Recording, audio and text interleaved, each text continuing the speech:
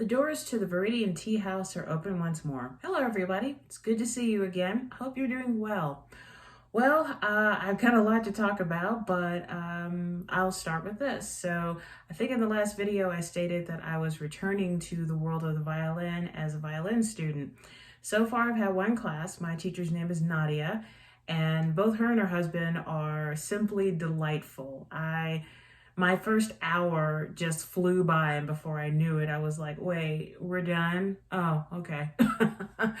But unfortunately, I did not have class yesterday because of circumstances, but I'm ready to get back into it. And what's interesting is in practicing my bow movements and my arm movements, I'm slowly remembering things from my previous classes. So I'm just ready to see what's going to unfold with all of this. So much thanks to Nadia, and I hope that we will be having classes for the longest time.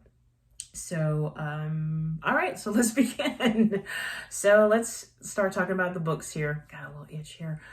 The first book, I do want to give a shout out to, again, Collected Works Bookstore and Coffee House in Santa Fe, New Mexico.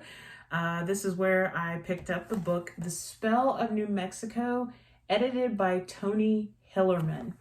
So whenever I go to bookstores in different states, like I try to look for books that are written by local authors or talk about the region or the state or what have you. And New Mexico is called the Land of Enchantment for a reason.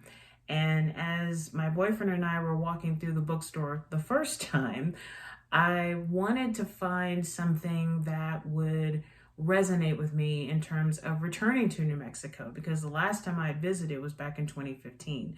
So The Spell of New Mexico was perfect, and I'll just read the back of it for you. A rich gathering of essays that evoke the unique and mysterious appeal New Mexico has had for some of the 20th century's best-known writers.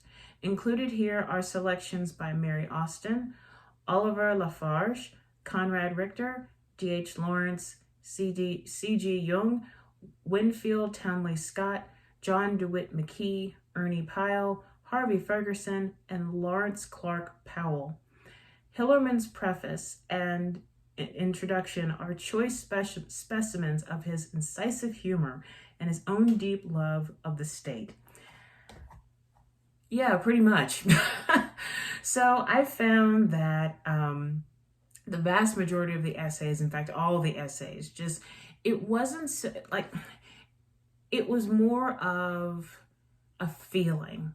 How did these people feel after visiting New Mexico or moving to New Mexico or traveling there for a little while, then coming back and saying, yes, I want to move here. I want to uproot myself from New England and move to New Mexico. And each essay was different, but yet to me, there was a similar current that ran through all of them. It was magic. They were transformed. Something about the land or the people, the culture, the food, the history, it transformed them. And I have to admit, throwing my 2 cents in, the 2 times that I visited, it transformed me, very much so. And I thoroughly enjoyed that state. And in reading these essays, I found myself kind of nodding my head going, man, this is pretty spot on. Let's see, I'm trying to think. I didn't really have any specific favorites that just really stood out. Some made me laugh, some made me chuckle, some kind of made me shake my head. Some felt a little sad, but each one of them showed a love and a respect for New Mexico. So, and then with Tony Hillerman, he is a world-renowned mystery author. And just reading his introduction, I thought, I've never read his mystery series, but that's going to change really soon. So for The Spell of New Mexico edited by Tony Hillerman, I give it Viridian Tea House's 4 pots of tea. The only reason why I didn't give it 5 was because it was too short, and that's just personal. I mean, I'm being like really shallow, but yeah, 4 perfect pots of tea for the spell of New Mexico. So I really enjoyed reading this, and I'm so excited that I'll be returning to New Mexico again. I think I've mentioned this in the past, but I will be a vendor at Bubonicon in August in Albuquerque. So if you are heading that way, or if you are going to be in New Mexico in August, please try and stop by the convention and look for the giant Buddha, and you'll find my tea and books. So yeah, I'm ready to go back to New Mexico. And you know, and I hate to, well, no, not that I hate to say this, but I love the fact that it's now 5.5 to 6 hours away, like for Santa Fe. And then Albuquerque is an hour south of Santa Fe. But I just remember when I lived in Memphis, how I would just be chomping at the bit to get to New Orleans because I could just drive it in a day and it was no problem. And it's the same feeling regarding Santa Fe. Like if I left right now, I could get to Santa Fe later today and just eat all of the sopapillas I wanted. But it truly is a lovely state. It's a harsh state too. It's harsh, but it's beautiful, and it takes your breath away. I mean, I saw some sights there that I thought, is this even real? So anyway, I don't want to gush any further, but yes, The Spell of New Mexico, edited by Tony Hillerman, 4 pots of tea from Viridian Tea House. Thank you again. So the next author I want to talk about is one of those authors where I have a literally love-hate relationship with. Or hate's kind of strong, more like hate, sort of dislike. I'll go with that. The reason why I say this is because she's a hit or a miss with me. I'm talking about the author A.S. Byatt. And for those of you who are not familiar with her, she wrote this one book called Possession, and everybody just loved it. There was a movie with Gwyneth Paltrow, and people were like, oh my God, this is so amazing. And you know, I tried to read it twice, and I said, I just can't do it. It's something about it. Having said that, I just finished the 2nd book of the Frederica Quartet. And I was actually going to review the 2nd book, which is called Still Life. But the 1st book is called The Virgin in the Garden. And let me just read the back of the first one for you. In Possession, A.S. Byatt produced a tour de force that wed Victorian romanticism to modern sensibility. A novel that combined the elements of mystery, romance, and scholarship in an utterly captivating narrative. Again, you know, I'm reading this and I'm thinking, maybe I need to try again, but, you know, 3rd time's a charm. Those same ingredients are present in The Virgin in the Garden, a wonderfully erudite entertainment in which enlightenment and sexuality, Elizabethan drama, and contemporary comedy intersect richly and unpredictably. This tale of a brilliant and eccentric family, fatefully divided, is sure to please the thousands of readers who made Possession a national bestseller.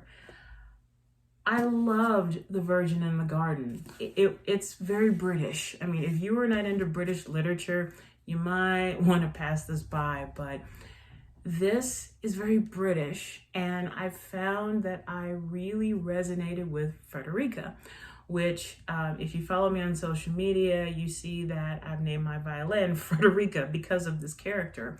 She's very in-your-face, intellectual, a force to be reckoned with. And in The Virgin in the Garden, we get to experience her family first time. And just the trials and tribulations, especially the trials and tribulations involving her brother, Marcus. And I feel so sorry for that young man. But it took me several months until I finally got the 2nd book, which is called Still Life. This is the continuation of the story. Devoured it. Absolutely devoured it. We see the children grown up. Actually, there's 3 children. There's Stephanie, who's the eldest. then we have Frederica, and then we have Marcus. And then we have the parents, Winifred and, oh my goodness, I forgot the father's name. Hold on a minute. Just give me a second. Let's see. What's the father's name? Because I'm going to remember this at like 3 o'clock in the morning or something. What was the name of, let's see,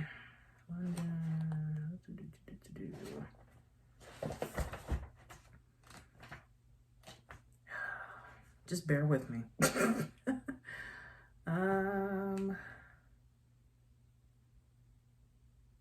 Bill. Okay. I was like, it's not Benjamin, it was Bill. Bill and Winifred are the father and mother.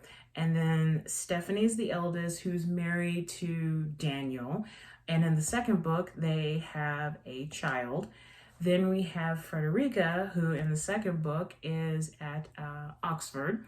And then we have Marcus, whom, because of the situation in The Virgin in the Garden, is kind of taking a break from it all. I'm just going to leave it like that. But Still Life, like I said, picks right up where Virgin in the Garden ended. And normally I have, like I said, the hate sort of dislike relationship I have with Byatt's work. Sometimes she's so literary. Like, I actually started this little research project where anytime I read a word that I honestly did not know, I would look it up. And I stopped after a while because there were a lot of words. I'm like, wow, am I really stupid? I don't know. But yes, Byatt is one of the pillars of modern British literature. My opinion. Like, I absolutely used to worship Ian McEwan, another great of British literature. But yes, A.S. Byatt, like I said, I tried to read Possession, couldn't really get through it. I also read the children's book, tried to read it twice, couldn't get through it. But with the Frederica Quartet, I found myself, as soon as I opened the book to where I last left off, I just kind of dove into their world again. And this is England in the 50s, I want to say. So for Still Life and the first book, Virgin in the Garden, and I actually bought the third book, which is waiting for me, and it's hardback first edition. Both books get Viridian Tea House's 4 pots of tea. Now, the reason why I said 4, there was one thing in Still Life that kind of irked me a little bit, was the fact that Byatt broke the fourth wall and turned to the audience and made comments, this is not verbatim, but comments where, well, I hope you understand that I wrote this to reflect this, or I'm saying all of this because I want you to think. And it kind of took a little bit away from the story for me. Maybe some people enjoyed that. Maybe it was a kind of like breather, a little bit of a break. It's like, oh, okay, so she meant to say this, or she wrote this because blah, blah, blah. But for me, I kind of found it a little bit distracting. So hence the 4 pots of tea rather than a 5. Now, having said that, the third book may just blow me away and it'll get like 6, 7, 8 pots of tea. Don't know yet. I've got quite a number of books before I get to the third book, so I'm looking forward to it. But once again, for the first 2 books in the Frederica Quartet, The Virgin in the Garden and Still Life, Viridian Tea House, 4 pots of tea. Thank you very much so. Thank you. And I always notice too, with A.S. Byatt, I mean, I guess maybe with most British authors, is that I want a cup of tea so badly. I really do. Excuse me. Technology here. Don't really care about that. All right. So, which actually with the next book that I'll be reviewing next week, we're going to have lots of tea for that. So be prepared. All right, so the book portion is done. So now let's get to the tea. And instead of reviewing a tea, I'm releasing a tea. But this is not just any ordinary tea blend. This is limited edition tea that I've made. There's a story behind it. So I used to kind of have a green thumb, and then it turned black. And now I'm trying to get it back again. And actually, I have a really good friend who has a beautiful backyard in New Orleans. And I remember going to her house and just seeing, what did you add now? What did you buy now? Oh my God, this is like a paradise. It's beautiful. And she very much has a green thumb, and I envy her for that. And also, too, my boyfriend's parents in Oklahoma are not your typical parents. I do really adore them quite much. And they ended up giving us or shipping to us a couple of bags of dried mint that they had grown. And I thought, well, what can I do with this? And I thought, how about a limited edition tea blend as my roundabout way of saying thank you? So the tea blend in question is called Gardener's Tea Time. Oh, ignore the label. And the ingredients are pineapple mint, thanks to James's parents, white tea, orange peel, and dandelion. This is limited edition. So once I put this up on Etsy, whoever grabs it. And when it's gone, it's gone. I may have it in the future. I don't know. But what makes it so limited edition is the pineapple mint. So I don't know if his parents are going to give me more, but if they don't, I'm not worried about it. So brewed myself a cup, and I do want to give a shout out to the Walter Anderson Museum of Art in Ocean Springs, Mississippi, because he was the South's most elusive artist. So I ordered this camp mug from them not too long ago, and thank you very much. And just a little side note, I do kind of have a regret that I didn't visit that art museum frequently.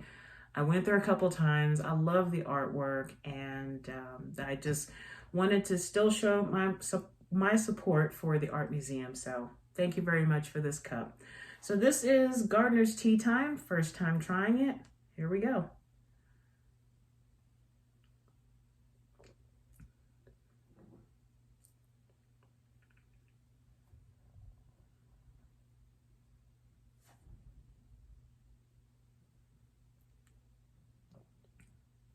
That's beautiful. Okay.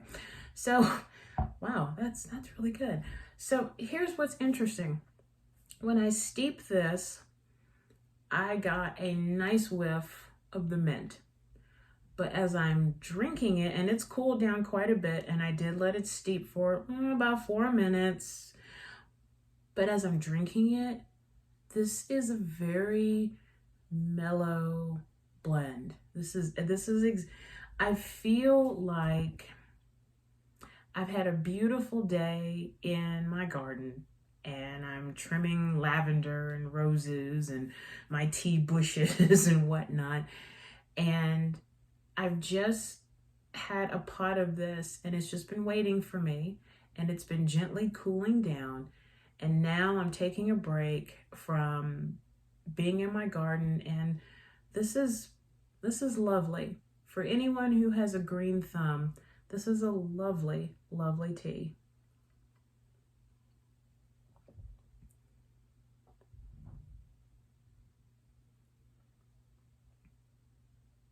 Okay, with that second sip, I got the pineapple mint. Definitely got it, but it wasn't overpowering. It wasn't, blocking out everything else, because I'm still getting the orange peel. I'm getting the white tea, definitely, which that delicate aspect to it, that's the white tea, which, by the way, the white teas that I use is by Mudan. Somebody asked me at the farmer's market if I use white peony, and I was like, no, I only use Byatt. So if you have any questions about the white tea, any of the tea blends that have white tea in them, it's Byatt. But yeah, this is the pineapple mint makes a difference. This is, do I have a hair on my cup? But this makes a difference. This is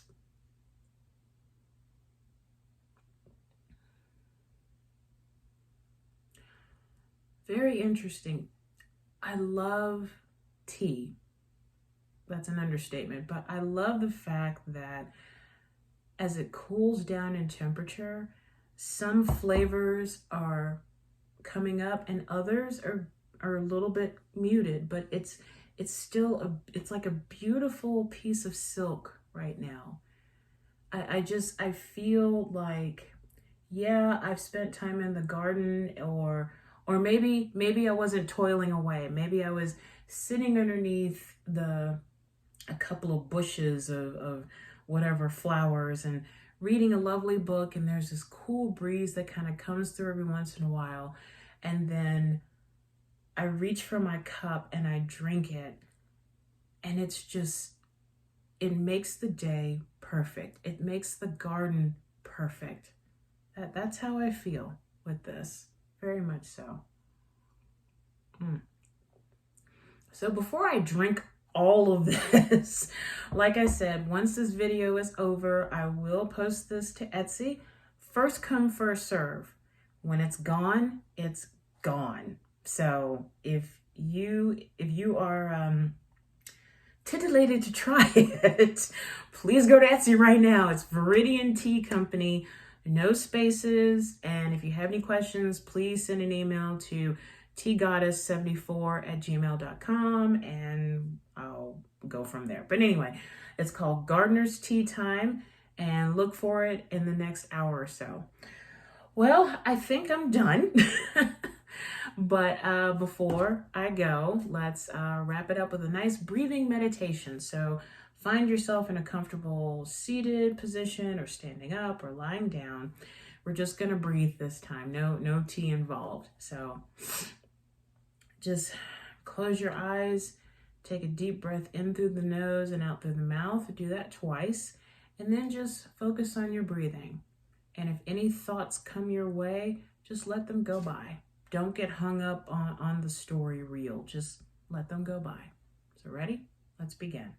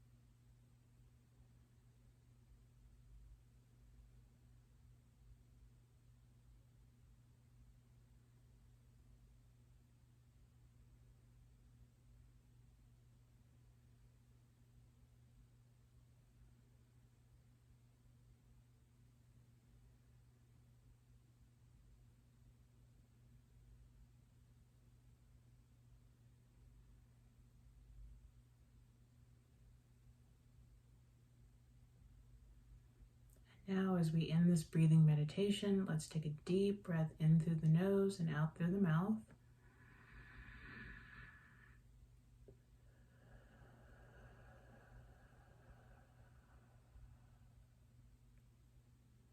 Slowly open our eyes, and we're back.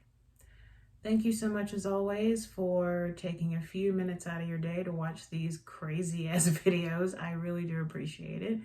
And I'm looking forward to the next video because it's all about the steampunk, baby. I can't wait. This is gonna be great. But until then, take care of yourself and each other. Raise your teacup high, and I'll see you next time. Bye.